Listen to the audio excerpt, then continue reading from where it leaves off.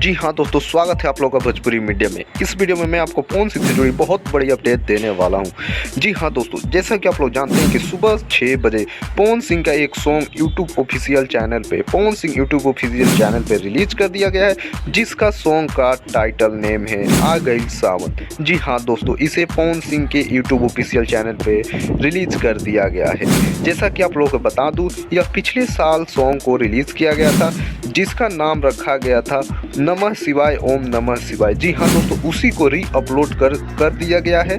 लेकिन आप लोगों को बता दो, पवन सिंह अपने ऐसे फैंस को निराश नहीं करते, लेकिन वो बहुत ज़्यादा बड़ी फिल्म की बजट वाली फिल्म में व्यस्त है। लेकिन उनका एक ओरिजिनल सॉन्ग बोल बम कमरिया आप लोगों को जल्द ही 1-2 दिनों में देखने को मिलेगा, जो कि बहुत ही बवाल सॉन्ग है। और उसकी शूटिंग भी नेपाल में ही की गई है और उसकी जो बजट है बहुत हाई लेवल की है, तो आप लोग उसे देखना ना भूलें। अगर आप भी पवन सिंह के फैन और लेना चाहते हैं सब खबर सबसे पहले, तो चैनल को सब्सक्राइब करना बिल्कुल भी ना भूलें।